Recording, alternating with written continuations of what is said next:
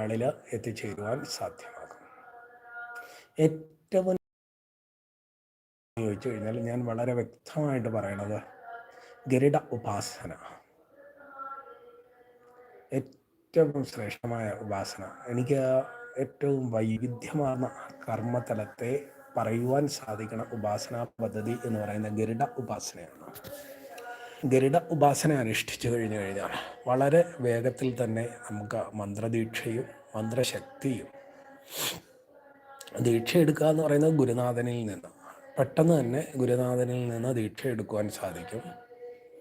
അതുപോലെ തന്നെ മന്ത്രസിദ്ധി എന്നുള്ളത് പെട്ടെന്ന് ലഭ്യമാകണ ഒരു ഉപാസനാ പദ്ധതിയാണ് ഗരുഡ ഉപാസന.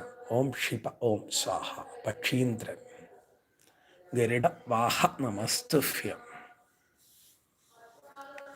നാരായണൻ്റെ വാഹനനാണ് ഗരുഡൻ എന്നുള്ളത്.